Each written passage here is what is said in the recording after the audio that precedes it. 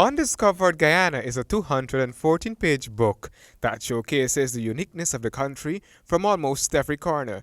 It covers the diversity of the Guyanese landscape, inclusive of its people, fauna and flora heritage, and mostly the scenic hinterland, often from an aerial angle. From the Rupununi savannas to the Bursiri Water Conservancy, around the 214,000 square kilometers of the country, Undiscovered Guyana highlights the wealth of Guyana according to its designer and photographer, Pete Oxford. Your very words, Handel, when you were looking at the book just outside a few minutes ago, it was the perfect response for me.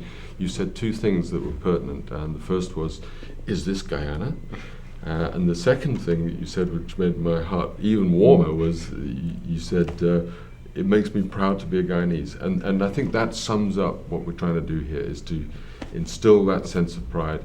Let all these people here this week take a copy home with them, show off their country, be proud of it. Pete, a British citizen living in Ecuador for some 3 decades, says even though Guyana is positioned on the South American shield, there are numerous advantages. The cultures are, it's South America. I wouldn't say the cultures are similar, because obviously Ecuador, Peru, Colombia, Venezuela, and all those, they're very Latin and they're Spanish speaking. This is much more of a Caribbean culture. You call yourselves a Caribbean nation, even though you're part of mainland South America, and you can feel the Caribbean influence here, and you don't get that on the rest really, apart from certain places in Brazil. Perhaps you might get that feel, but in essence you are quite unique, and plus you're the only English-speaking country in South America, which makes a whole it's a whole new ballgame.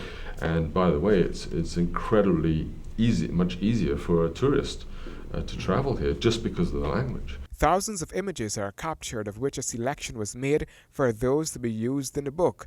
The pictures are uniquely paired with an explanation for every picture. I believe that the basic first step of any conservation effort is to create a sense of pride in the country or the park or whatever it is you're trying to conserve. And until you've got that sense of pride, you haven't got a basis from which to try and conserve. It's just dictatorial. Do this, do that. Don't cut the trees. Don't do this. But once you can garner a sense of pride, and there's definitely something to be proud of here. It really is a sensational country. It's a stunning country. You're a world leader, although it's not really realized in many aspects. The fact that you've still got so much pristine rainforest. Composition of the book was completed within a few months. It is being retailed at the Protected Areas Commission in Thomas Land's Georgetown and goes at a cost of US $50. The project was supported by the Ministry of Natural Resources and the World Wildlife Fund, WWF, among others.